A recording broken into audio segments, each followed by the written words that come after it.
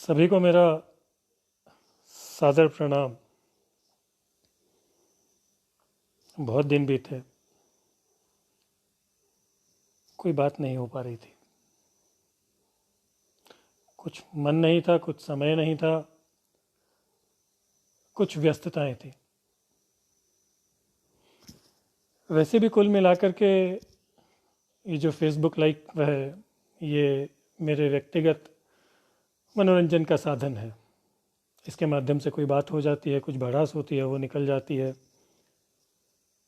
व्यस्तताओं से कुछ हट करके करने का मन होता है, तो ये एक माध्यम है फेसबुक का, जो आपको ऐसी कुछ एक अपॉर्चुनिटी देता है जहां आप अपनी बात रख सकते हैं। आज यहाँ आने का औचित्य क्या है? आज सुबह से बहुत सारे संदेश पढ़ने को मिले। मुंशी प्रेमचंद जी की जयंती है आज।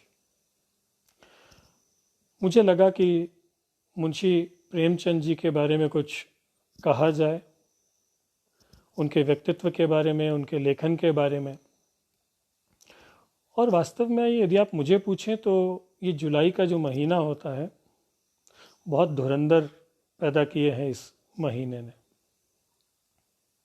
अभी 7 जुलाई को स्वर्गीय पंडित चंद्रधर शर्मा गुलेरी जी की जयंती थी।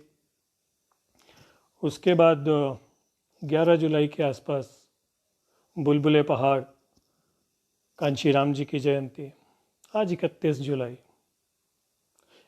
जुलाई को मुंशी प्रेमचंद जी की जयंती होती है। मुंशी प्रेमचंद जी साहित्य के जगत में कोई अनजान या अनजाना नाम नहीं है, सभी जानते हैं। खूब लिखा उन्होंने। स्त्री विमर्श की बात हो, उसके ऊपर लिखा। सामाजिक कुरीतियों की बात हो, उसके ऊपर लिखा। अंग्रेज़ों के विरुद्ध मुंशी प्रेमचंद जी ने लिखा।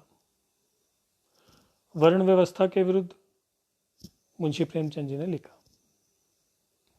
कुल मिलाकर के स्थिति यह है कि हम राजेंद्र कुमार जी को ट्रेजेडी किंग कहते हैं, पर मुझे लगता है कि उनसे भी पहले और उनसे भी बड़ा एक ट्रेजेडी किंग जो होकर के गया, मुंशी प्रेमचंद।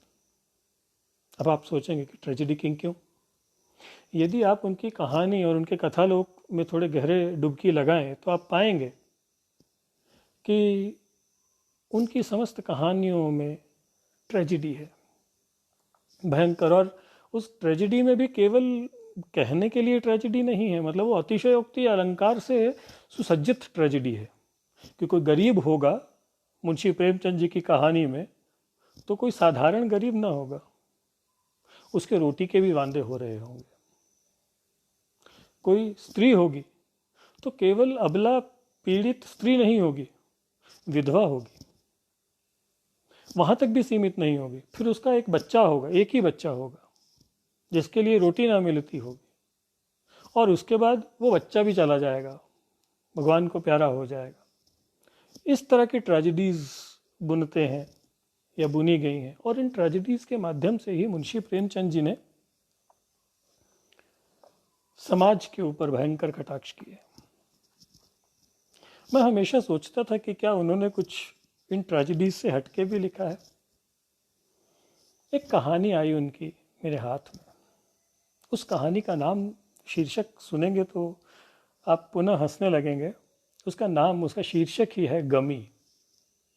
गमी समझते हैं ना, दुख भरी खबर। एक कहानी का शीर्षक ही गमी है। वही सुनाने के लिए आज मैं आपके समक्ष उपस्थित हुआ हूं। गमी शुरू करते हैं। अब देखिए, मुंशी प्रेमचंद जी सामाजिक कुरीतियों पर कभी कभी हंसते हंसते भी कटाक्ष करते हैं, और उनका कटाक्ष करने का जो तरीका है वो बहुत व्यवस्थित है। रेशम के कपड़े में लपेटा हुआ जूता है, जो मारा जाता है तो यूं एहसास होता है कि रेशम के कपड़े से मारा गया, परंतु चोट जूते की पड़ती है। सुनिए ये कहानी मुंशी प्रेमचंद जी द्वारा रचित गमी।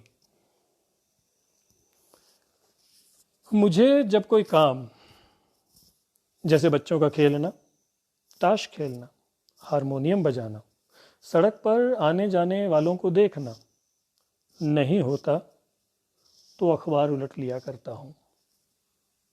अखबार में पहले उन मुकदमों की रिपोर्ट पढ़ता हूँ जिसमें किसी स्त्री की चर्चा होती है, जैसे आशनाई के या भगा ले जाने के या तलाक के या बलात्कार के।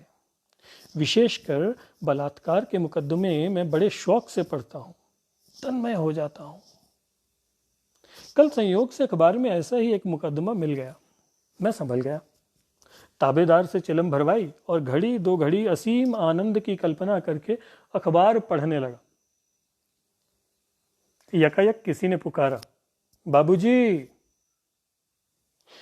मुझे ये मुदाखलत बेजा बुरी तो लगी, लेकिन कभी कभी इसी तरह निमंत्रण भी आ जाया करते हैं। इसलिए मैंने कमरे के बाहर आकर आदमी से पूछा, क्या काम है मुझसे, कहां से आया है? उस आदमी के हाथ में न कोई निमंत्रण पत्र था, न निमंत्रित सज्जनों की नामावली। इससे मेरा क्रोध और दहक उठा। मैंने अंग्रेजी में 2-4 गालियां दी और उसके जवाब की अपेक्षा करने लगा। आदमी ने कहा, बाबू भागीरथ प्रसाद के घर से आया हूं, उनके घर में गमी हो गई है। मैंने चिंतित होकर पूछा, कौन मर गया? आदमी, हुजूर ये तो मुझे नहीं मालूम, बस इतना कहा कि गमी की सूचना दिया। यह कहकर वह चलता बना और मेरे मन में भ्रांति का एक तूफान छोड़ गया। कौन मर गया? स्त्री तो बीमार न थी, न कोई बच्चा ही बीमार था। फिर मर कौन गया? अच्छा, समझ गया, स्त्री के बाल बच्चा होने वाला था, उसी में कुछ गोलमाल हो गया होगा, बेचारी मर गई होगी। घर उजड़ गया, कई छोटे छोटे बच्चे हैं, कौन उन्हें पालेगा? और तो और इस जाड़े पाले में नदी जाना, और वह भी नंगे पैर, और रात में नदी में स्नान। उसकी मृत्यु क्या हुई, हमारी मृत्यु हुई। यहां तो हवा जुकाम हुआ करती है, रात को नहाना तो मौत के मुंह में जाना है। इस सोच में मैं कई मिनट मूड बना खड़ा रहा। फिर घर में जाकर कपड़े उतारे, धोती ली और नंगे पांव चला। भागीरथ प्रसाद के घर पहुंचा तो चिराग जल गए थे। द्वार पर कई आदमी मेरी ही तरह धोतियां लिए तख्त पर बैठे हुए थे। मैंने पूछा, आप लोगों को तो मालूम होगा कौन मर गया है? एक महाशय बोले, जी नहीं, नाई ने तो इतना ही कहा था कि गमी हो गई है, शायद स्त्री का देहांत हो गया है। भागीरथ लाल को बुलाना चाहिए, देर क्यों कर रहे हैं? मालूम नहीं कफन मंगवा लिया है या नहीं। अभी तो कहीं बांस फांस का भी पता नहीं, सारी रात मरण है। मैंने द्वार पर जाकर पुकारा, कहाँ हो भाई, क्या हम लोग अंदर आ जाएं? चारपाई से तो उतार लिया है ना? भागीरथ प्रसाद 1 मिनट में पान और इलायची की तश्तरी लिए, फला लेन का कुर्ता पहने, पान खाते हुए बाहर निकले। बाहर बैठी हुई शोक मंडली उन्हें देखकर चकित हो गई। ये क्या बात है, न लाश न कफन न रोना न पीटना, ये कैसी गमी है? आखिर मैंने डरते डरते कहा, कौन यानी किसके विषय में?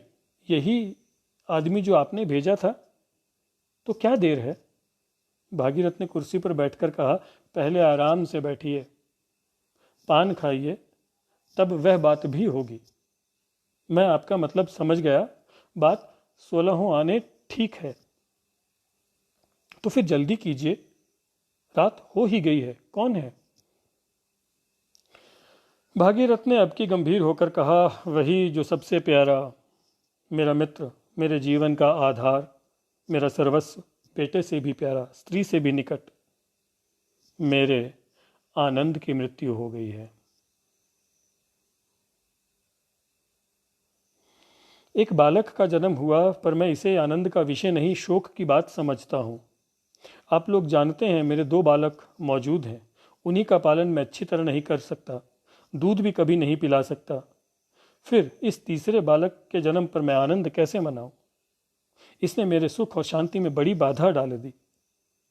मुझ में इतनी सामर्थ्य नहीं कि इसके लिए दाई रख सकूं। माँ इसको खिलाए, उसका पालन करे या घर के दूसरे काम करे। फर्ज यह होगा कि मुझे सब काम छोड़कर इसकी शुश्रूषा करनी पड़ेगी। 10-5 मिनट जो मनोरंजन या सैर में जाते थे अब इसकी सत्कार की भेंट होंगे। मैं इसे विपत्ति समझता हूँ और इसलिए इस जन्म को गमी कहता हूँ। आप लोगों को कष्ट हुआ, क्षमा कीजिए। आप लोग गंगा स्नान के लिए तैयार हो जाइए। चलिए मैं भी चलता हूँ। अगर शव को कंधे पर रखकर चलना ही अभीष्ट हो तो मेरे ताश और चौसर को लेते चलिए, इन्हें चिता में जला देंगे। वहां मैं गंगाजल हाथ में लेकर प्रतिज्ञा करूंगा कि अब ऐसी महान मूर्खता फिर न करूंगा। हम लोगों ने खूब कह कहे मारे, दावत खाई और चले आए, पर भागीरथ प्रसाद का कथन अभी तक मेरे कानों में गूंज रहा है। अब ये जो आखिरी लाइन है कि भागीरथ प्रसाद का कथन जो कानों में गूंज रहा है, यह वो जूता है जो समाज के मुंह पर एक बेहतरीन कपड़े में लपेटकर मुंशी जी धर देते हैं। और ये क्या है? 3 बेटे हो गए, परंतु पिता को उम्मीद नहीं है उनसे कि वे उसका सहारा बनेंगे। पिता को इस बात की पूरी उम्मीद है कि वो उसके सुख, चैन, आनंद को छीन लेंगे। और ये कहने के बाद जो उन्होंने नहीं कहा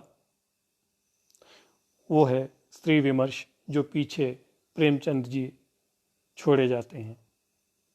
आशा है मुंशी प्रेमचंद जी की जयंती पे आपको उनकी ये कहानी गमी पसंद आई होगी। हालांकि ये व्यंग्य था, परंतु शीर्षक ट्रेजिडी किंग ने अपने हिसाब से दिया था, गमी। मुंशी प्रेमचंद जी की स्मृतियों को सादर नमन। बहुत बहुत धन्यवाद। प्रणाम।